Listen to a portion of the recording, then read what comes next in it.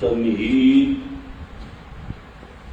مع الترغیب کا ذکر تھا۔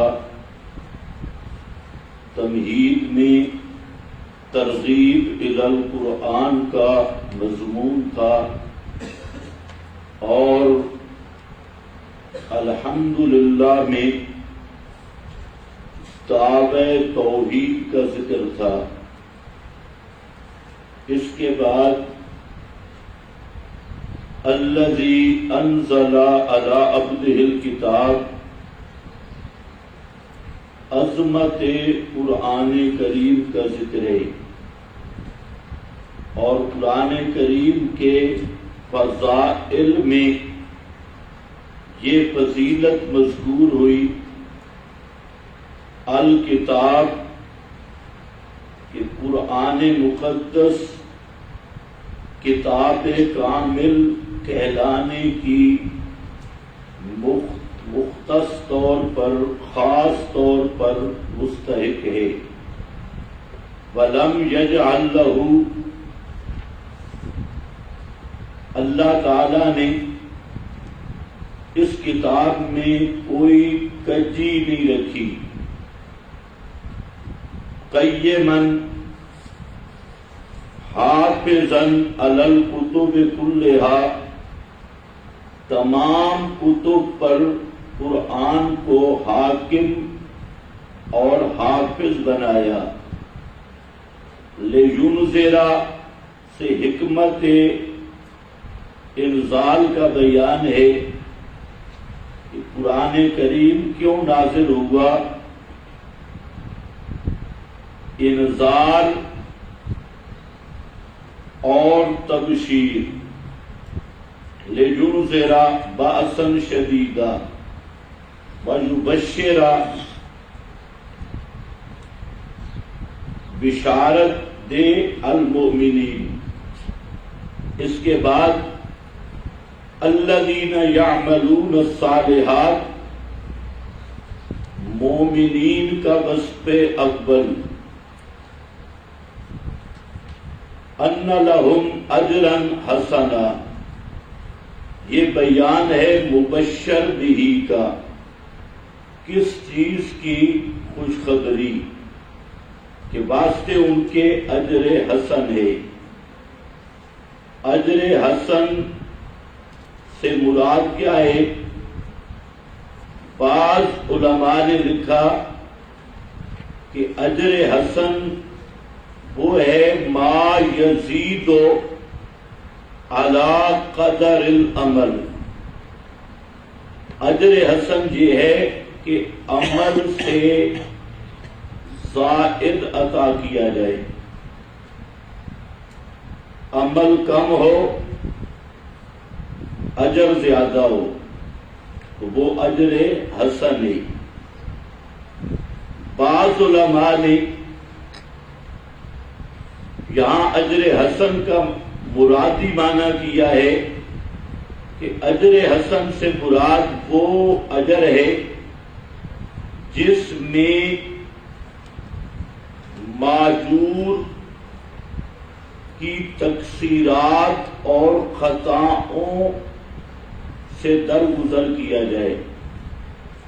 جس آدمی کو اجر مل رہا ہے، عامل کہہ لو یا معذور کہہ لو،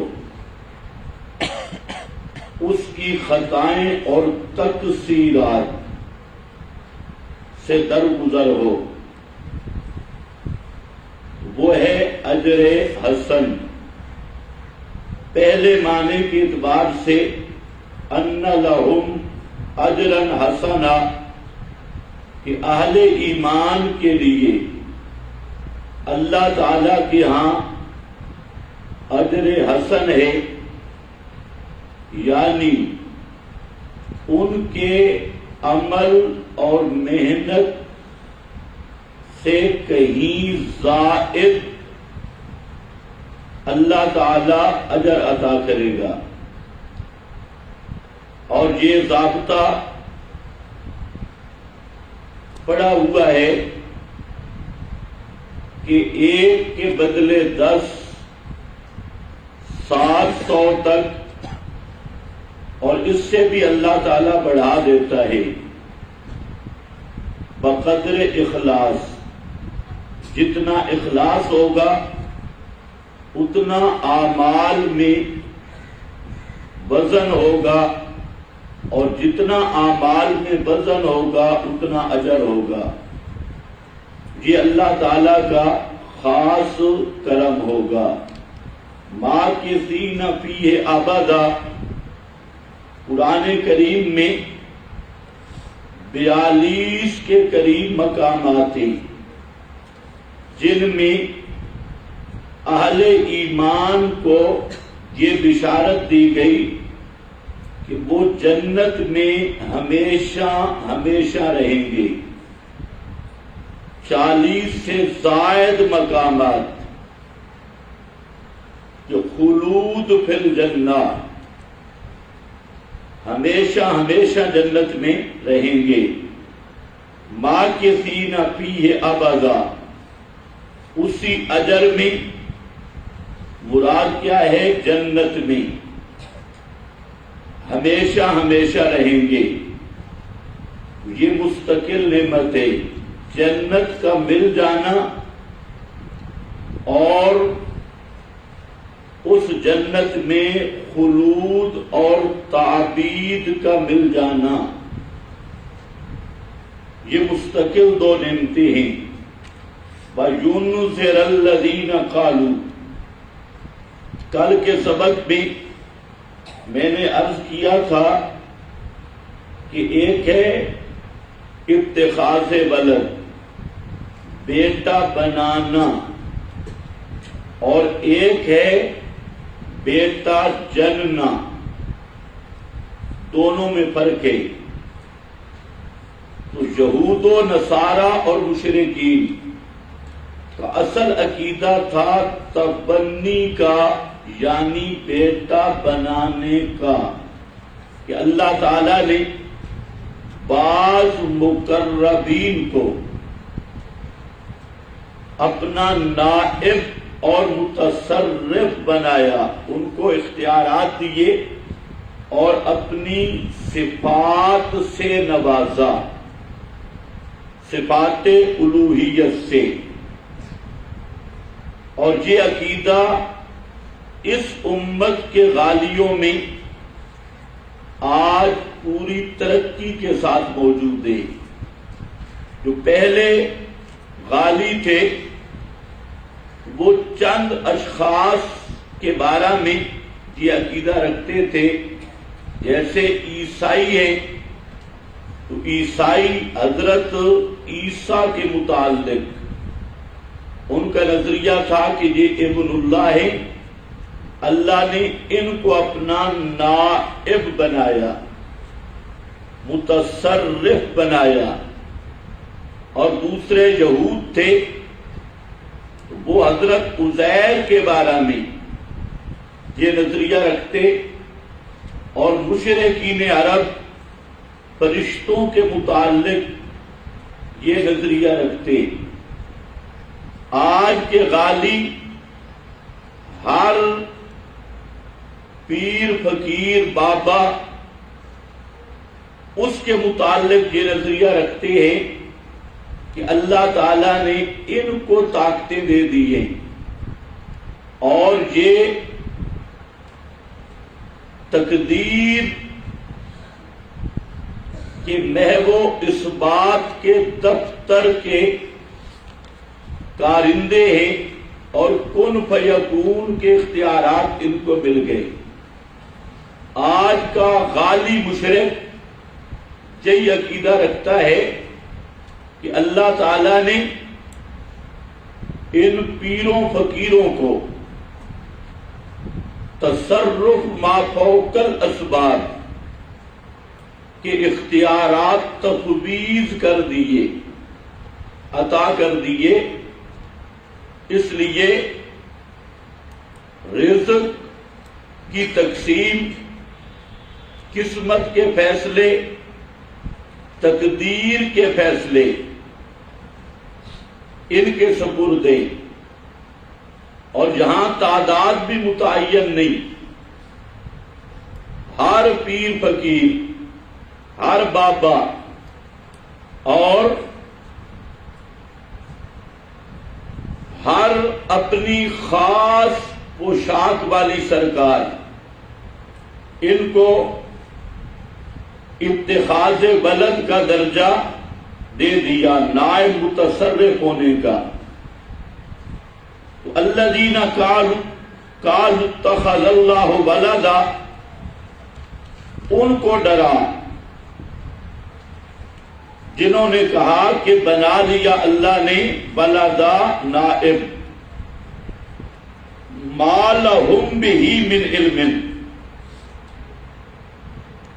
بہ ضمیر کا مرجع میں نے ذکر کر دیا تھا بالولد اور باتخاذہ اور بالقول، مظہری کا حوالہ ہے، ہی ضمیر کا مرجع نہیں ہے واسطے ان غالیوں کے بہی بالولد، اس ولد بنانے پر من علم کوئی دلیل، یا بہی باتخاذہ، اس اتخاذ ولد پر ان کے پاس کوئی دلیل نہیں، یا بہی بالقول، قالوا اتخذ اللہ ولدا، اس قول پر ان کے پاس کوئی دلیل نہیں، من علم ولا لآبائہم، اور نہ ان کے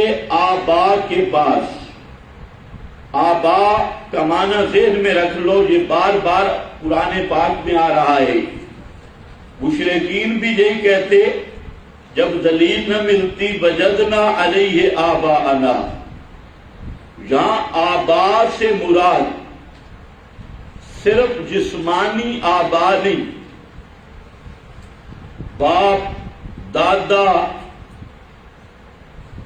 بلکہ آبا سے مراد جہاں اکابر اور اسلاف، اور ہر دور کا مشرک، ہر دور کا غالی اہل باطل، جس کے پاس دلیل نہیں، وہ حوالہ ایک ہی دیتا ہے کہ ہمارے اسلاف اور اکابر وہ اسی مذہب پہ تھے۔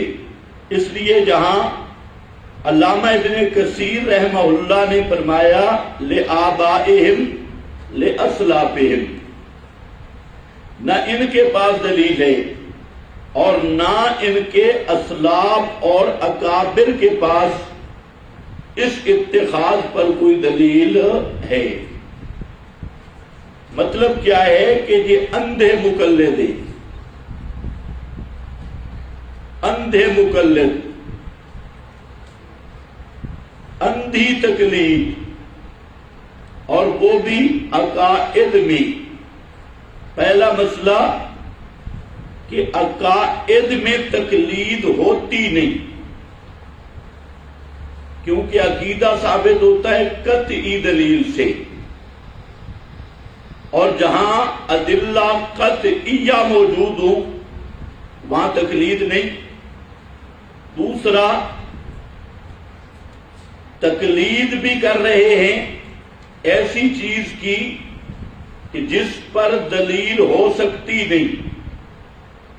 یہ ایسے ہے جیسے اندھا اندھے کی انگلی پکڑ کے چلے، نہ ان کے اکابر کے پاس دلیل نہ ان کے پاس دلیل۔ ما لہم بہ من علم ولا لآبائہم کبرت کلمۃ، کبرت کلمۃ، یہ جو کلمۃ ہے تمجیز محول عن الفاعل، تمجیز محول عن الفاعل، بھاری ہے عذر کلمہ کے جو نکلتا ہے ان کے منہوں سے، ان یقولون الا کذبا، یہ تمہید ہو گئی جس میں عظمت قرآن اور حکمت انزال قرآن اس کے نکات ذکر کر دیے۔ فَلَعَلَّكَ بَاخِعٌ نَفْسَكَ، یہ تسلی برائے نبی کریم صلی اللہ علیہ وسلم، آیت کا عنوان آپ صلی اللہ علیہ وسلم کے لیے تسلی ہے۔ لعلک، شاید کہ تو، باخع نفسک، ہلاک کرنے والا ہے اپنی جان کو، علی آثارہم، ان کے پیچھے، ان لم یؤمنوا بہذا الحدیث، اگر نہ ایمان لائیں اس کلام پاک کے ساتھ، اسفا، پچھتا پچھتا کر۔ جہاں دو باتیں سمجھ لیں، ایک تو ہے لفظ لعل، یہ آپ نے پڑھا ہے نحو میں کہ لعل کا لفظ ترجی کے لیے آتا ہے، امید کے معنی میں، اور ترجی عدم علم پر ڈالے۔ ترجی وہاں ہوتی ہے جہاں علم نہ ہو، عدم علم پر ڈالے۔ تو اب اس پر اشکال ہے کہ کلام الہی میں لعل کیسے آیا، حالانکہ اللہ تعالیٰ تو ہر چیز کو جانتا ہے۔ یہ ایک سوال تھا، اشکال تھا۔ اس کا بعد نے جواب دیا کہ لعل کلام الہی میں تحقیق کے معنی میں آتا ہے، اور کلام خلق میں ترجی کے معنی میں آتا ہے۔ لیکن یہ بات کئی مقامات ایسے ہیں قرآن پاک کے کہ وہاں کلام الہی میں تحقیق کی معنی نہیں بن سکتا، جیسے فرعون کے بارے میں کلام الہی میں باقی ہے لعل، اور لعلہ یتذکر او یخشا، شاید کہ وہ دلائل سن کر مسئلہ مانے یا بعید سے ڈر جائے۔ اب یہاں لفظ لعل ہے، یہ آیت نکال لو ذرا جلدی۔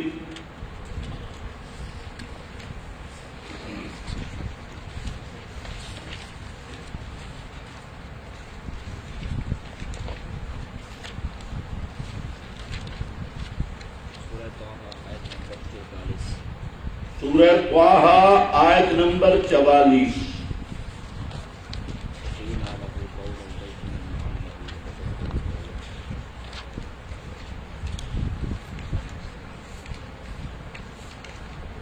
لعلہ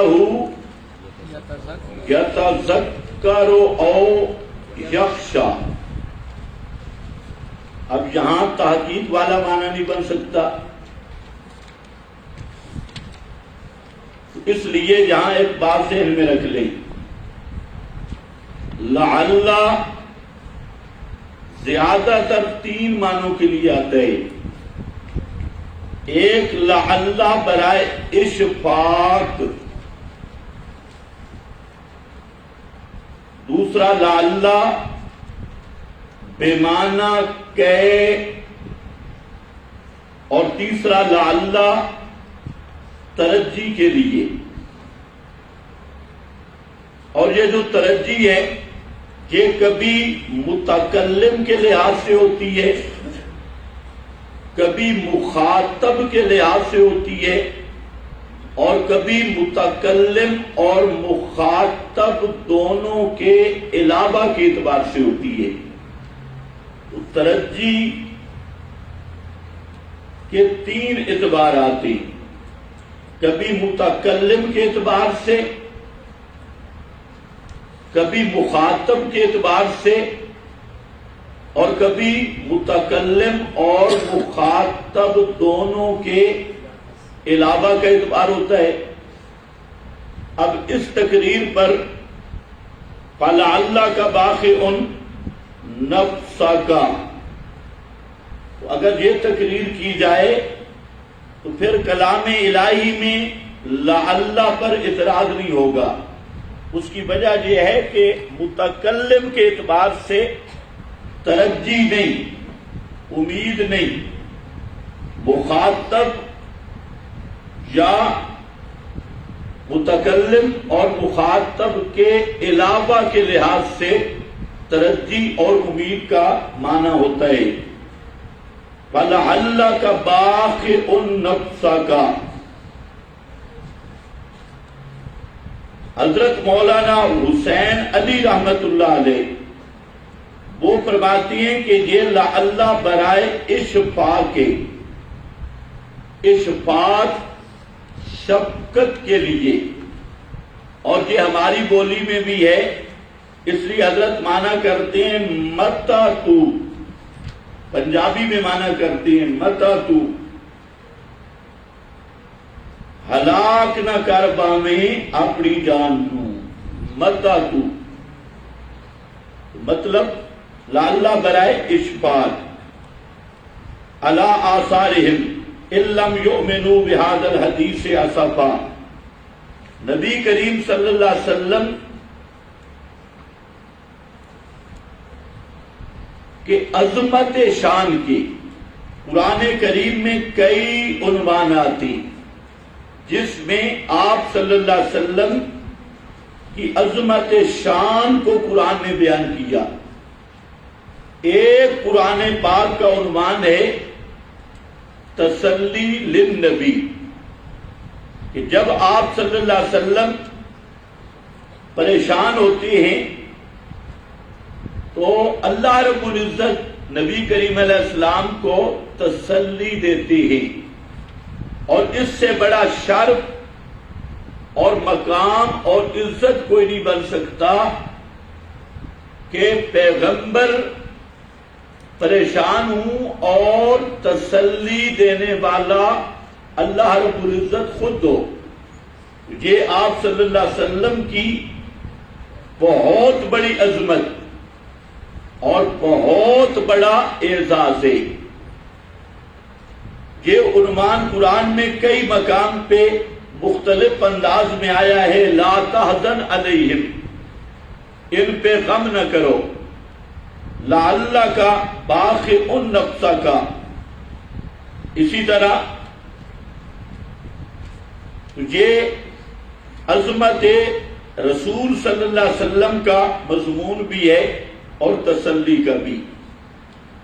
اِنَّا جَعَلْنَا مَا عَلَى الْأَرْضِ زِینَةً، مقصد کیا ہے؟ یعنی غم نہ کرو، یہ عالم ابتلا ہے۔ اِنَّا جَعَلْنَا، مشرک آپ صلی اللہ علیہ وسلم قرآن پڑھ کے سناتے، مشرکین ضد کرتے، گالیاں دیتے اور شٹلیات، حکایات، اقوال وغیرہ سے قرآن کا مقابلہ کرتے، اور نبی کریم علیہ السلام پر فتویٰ بازی، گالم گلوچ، یہ حربہ استعمال کرتے تو آپ پریشان ہوتے کہ میں ان کو اللہ کی کتاب سناتا ہوں اور یہ مجھے گالیاں دیتے ہیں، اور ان پر پھر عذاب بھی نہیں آتا، جیسے سورہ حامیم مومن میں اس کی تفصیل ہے۔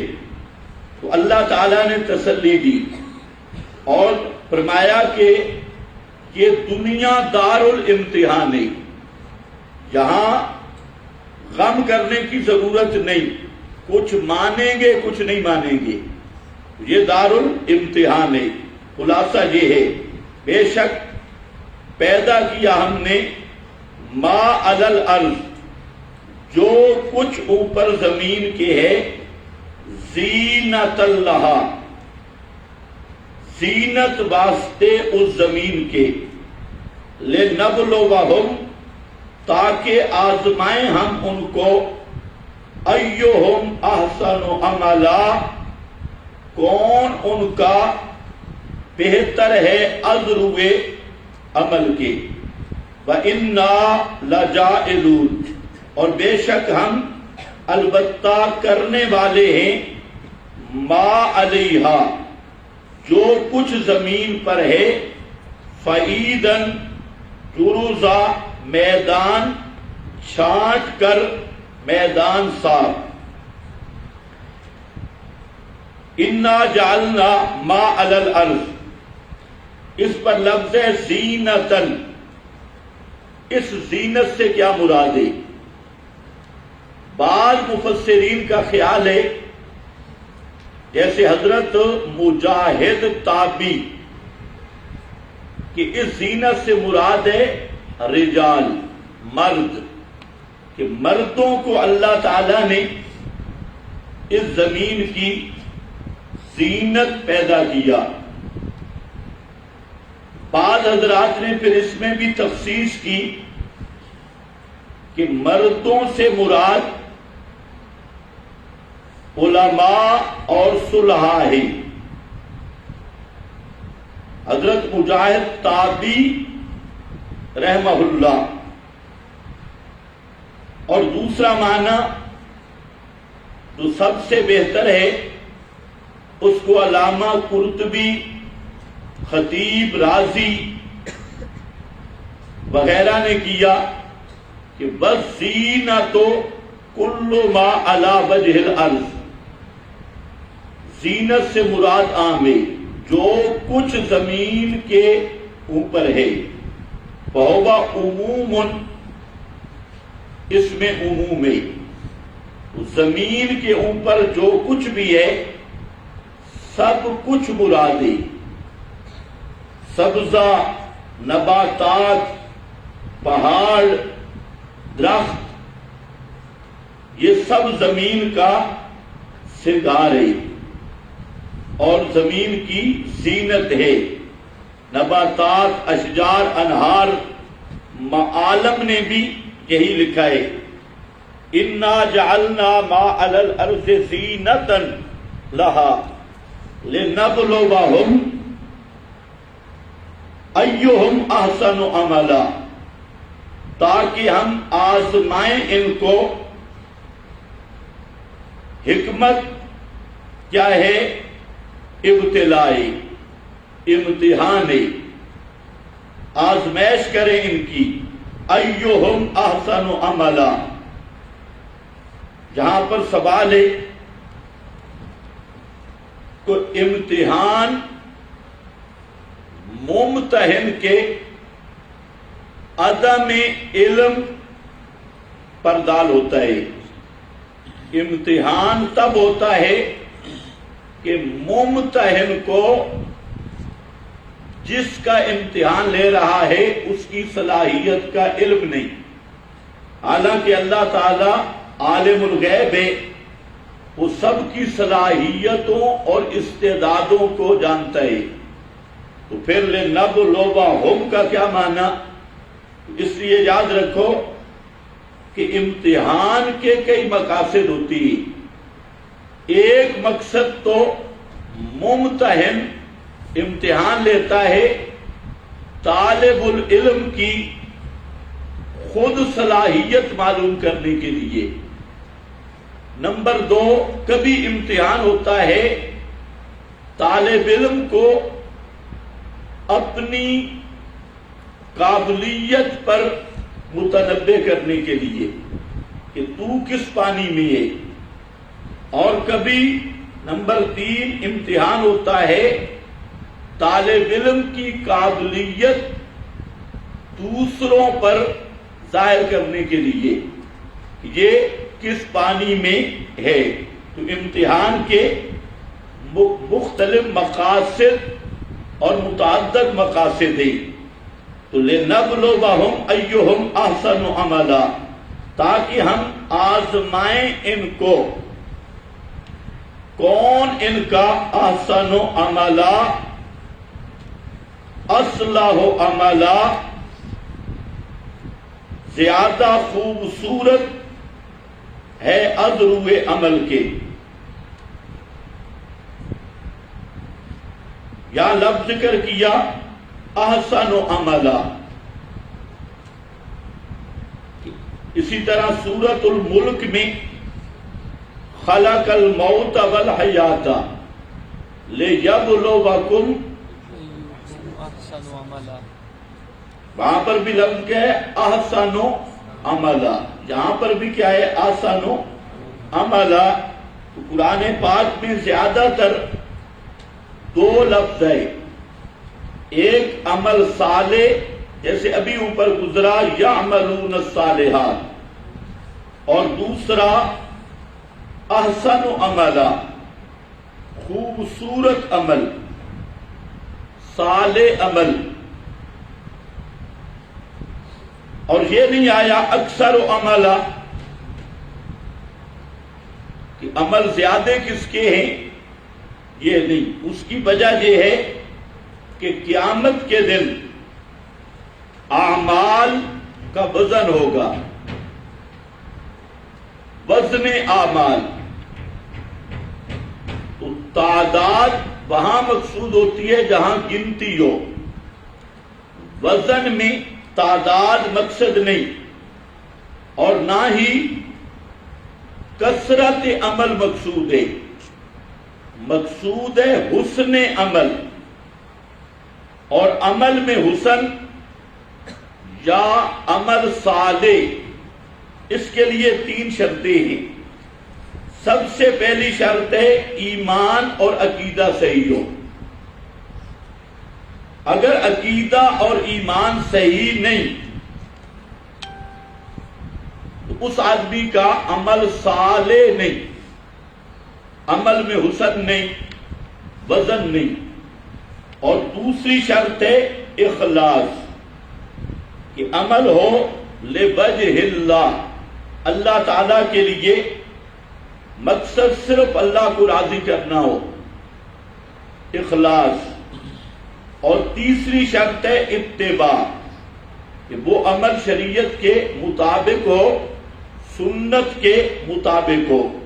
تو یہ 3 شرطیں ہیں جن سے عمل میں حسن آتا ہے اور عمل قبولیت کی صلاحیت حاصل کرتا ہے. ایمان صحیح، نیت صحیح، اخلاص، اور اتباع السنہ. یہ 3 چیزیں ہیں. تو مقصد ہے لنبلوہم ایہم احسن عملا. لوگ اس ہدایت کو نہیں سمجھتے. اکثر لوگ تو عقیدے کی ضرورت ہی محسوس نہیں کرتے. ان کو اگر اصلاح عقیدہ کی بات کی جائے تو فوراً کہہ دیتے ہیں کہ یہ مولویوں کے مسائل ہیں، حالانکہ عمل کی بنیاد عقیدہ ہے. قرآن کریم میں جہاں پر بھی عمل صالح کا ذکر ہے تو وہاں ایمان کو یا شرط قرار دیا گیا ہے یا مقدم فرمایا گیا ہے. تو عقیدہ باطل ہو تو کوئی عمل صالح بن نہیں سکتا.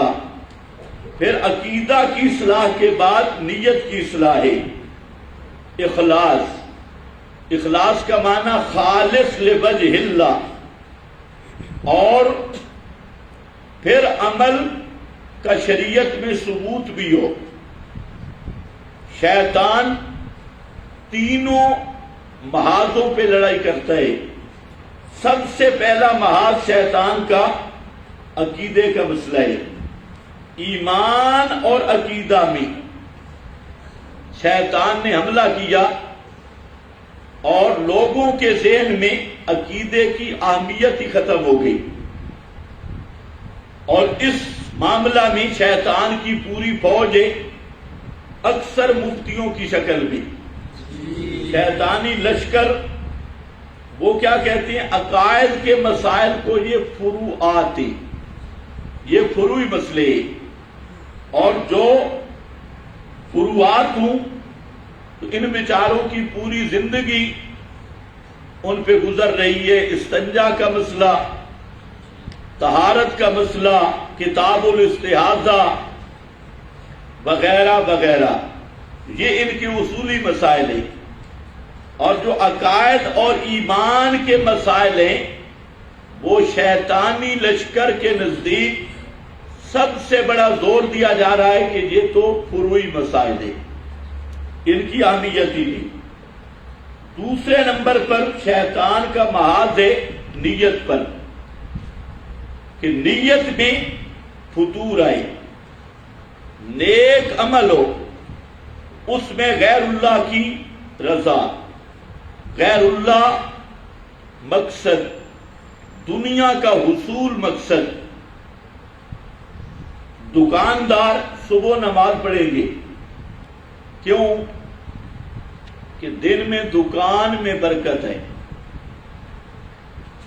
دکان میں برکت ہے، یعنی اللہ کے لیے نہیں، دکان کے لیے۔ یہ پھر لِوَجْهِ اللَّهِ تو نہ ہوا، اپنی دکان اور مال کے لیے۔ اسی طرح بڑے بڑے لمبے لمبے لوگ وظیفے کرتے ہیں کاروبار کے لیے، اللہ کے لیے نہیں۔ تو اصل مقصود ہے کہ عمل ہو لِوَجْهِ اللَّهِ۔ صحابہ کرام کی صفات میں ہے یریدون وجہا یبتغون فضلا من اللہ ورضوانا۔ ان کی سب سے بڑا وصف یہ تھا کہ وہ جو عمل بھی کرتے تھے اللہ تعالی کی رضا کے لیے، اور جب یہ نیت خالص ہو جائے، اللہ تعالی کی رضا مقصود ہو، تو اس عمل میں اللہ تعالی لذت پیدا کر دیتے ہیں، حلاوت پیدا کر دیتے ہیں، اور اس عمل میں پھر انسان کو ایسی لذت روحانی نصیب ہوتی ہے کہ وہ لذت کہیں اور سے نہیں مل سکتی۔ تیسری چیز محاذ ہے شیطان کا بدعات اور رسومات۔ جو سنت ہے اس کی طرف شیطان نہیں آنے دے گا، اتباع کی طرف۔ اور جو بدعات تھی، رسومات تھی، اس کی طرف شیطان گلے میں رسی ڈال کے کھینچے گا اور اس کی ترغیب دے گا۔ اس لیے جتنے اہل بدعت لوگ ہیں وہ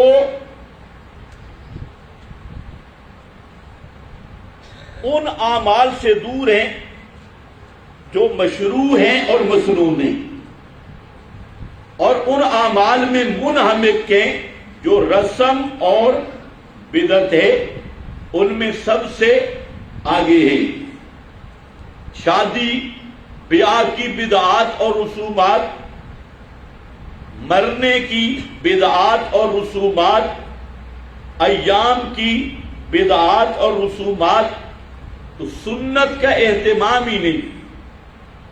آپ دیکھ لیں وہ لوگ جو پورا سال فرض نماز نہیں پڑھتے، جب نصف شعبان آئے تو نصف شعبان میں پٹاخوں سمیت مسجد میں ہوتی ہے، پٹاخے بھی مسجد میں بھی، اور ساری رات بیچارے عبادت کرتی ہیں، نوافل ساری رات پڑھ رہے ہیں اور فرض پورا سال نہیں پڑھے۔ کیوں؟ یہ شیطان کی تحریک ہے کہ بدعات پہ لگائے گا، رسومات پہ لگائے گا۔ جو آدمی زکوٰۃ، فرض زکوٰۃ نہیں دیتا، اس کے لیے تیار نہیں، وراثت کا شرعی حق دینے کے لیے تیار نہیں، وہ کل 40ویں جمعراتیں ختم، اس پر لاکھوں روپے خرچ کرے گا، کیونکہ اس میں شیطان کی تحریک ہے۔ تو شیطان کے 3 بڑے محاذ ہیں۔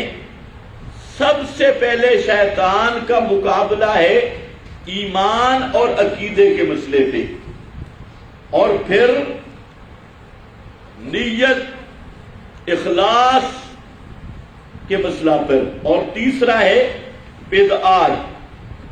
اور بدعت اور سنت کے محاذ پر، تو یہاں احسن و عملہ میں تینوں چیزیں ہیں، عقیدہ بھی صحیح ہو، نیت بھی صحیح ہو، اور ہو بھی اتباع۔ احسن و عملہ، اس لیے علامہ بغوی رحمہ اللہ نے احسن و عملہ پر لکھا ہے اصلاح و عملہ، اصلاح و عملہ، اور سیاق و سباق کے مطابق معنی ہوگا احسن و عملہ ایہم اترک للدنیا، سب سے بہتر عمل ترک دنیا ہے، زہد کا مضمون ہے۔ ہر فتنے کی بنیاد حب الدنیا، دنیا کی محبت ہے، اور آج جتنے فتنے ہیں سب سے بڑا فتنہ مادہ پرستی کا فتنہ ہے، اور یہ جو مادہ پرستی اور دنیا پرستی کا فتنہ ہے، اس کا شکار سب سے زیادہ علماء اور مذہبی رہنما یہ ہو رہے ہیں۔ دنیا کی محبت اور دنیا کا لالچ سب، اور یہ ایسا فتنہ ہے کہ باوجود رد کرنے کے، 1000 دفعہ بھی رد کرو لیکن اس فتنے کا سمجھنا بڑا مشکل ہے۔ اور یاد رکھو، دجال کے فتنوں میں سے سب سے خطرناک فتنہ وہ دنیا کی محبت ہے، اور دنیا کی محبت کا فتنہ۔ اس لیے احسن و عملہ کا مرادی معنی علامہ نے کیا ہے اترک للدنیا، کہ جو سب سے زیادہ دنیا کو ترک کرنے والی چیز ہے۔ نبی کریم صلی اللہ علیہ وسلم کی دعوت اور تربیت کا بہت اہم عنوان دنیا سے بے رغبتی اور آخرت کی فکر تھا۔ آپ نے صحابہ کرام کی اس عنوان پر تربیت کی تاکہ دنیا کی محبت دل سے نکل جائے، اور جب تک دنیا کی محبت دل سے نہیں نکلتی اس وقت تک آخرت کی طلب پیدا نہیں ہوتی، اور جب تک آخرت کی طلب پیدا نہ ہو تو عمل کی ترغیب نہیں ہوتی، اور عمل کی قیمت آدمی کے سامنے نہیں کھلتی۔ وَإِنَّا لَجَائِلُونَ مَا عَلَيْهَا صَعِيدًا جُرُزًا، اور بے شک ہم کرنے والے ہیں جو اوپر اس کے ہے زمین پر جتنی ٹیپ ٹاپ اور زینت ہے، اس سب کو ہم میدان صاف چھانٹ کر بنا دیں گے، یعنی ختم ہو جائے گا۔ یہ سب کچھ عارضی ہے، یہ دنیا کی بے ثباتی کا تذکرہ ہے۔ دنیا کا اشتقاق میں دو قول ہیں۔ ایک قول یہ ہے کہ یہ دنیا دناءت سے ہے، اور دناءت کا معنی خسیس چیز، گھٹیا چیز جس میں قلت اور حقارت ہو، اور دوسرا دنیا ہے دنوب سے۔ دنوب کا معنی ہے قریب الفنا۔ یہ دنیا جو ہے، دنیا کو دنیا کہتے اس لیے ہیں کہ یہ فنا ہونے والی ہے، ختم ہونے والی ہے۔ تو دونوں مادہ اشتقاق کو مد نظر رکھیں تو پوری دنیا کی حقیقت یہ ہے کہ یہ قلیل بھی ہے اور حقیر بھی ہے۔ اسی کی طرف اشارہ کیا کہ ہم نے زمین پر جو کچھ بھی پیدا کیا یہ زمین کا ہار سنگار ہے، اور یہ ہار سنگار عارضی ہے، زینت عارضی ہے۔ انا لجائلون ما علیہا صعیدا جرزا، سب چٹیل میدان ہونے والا ہے اور ختم ہونے والا ہے۔ وآخر دعوانا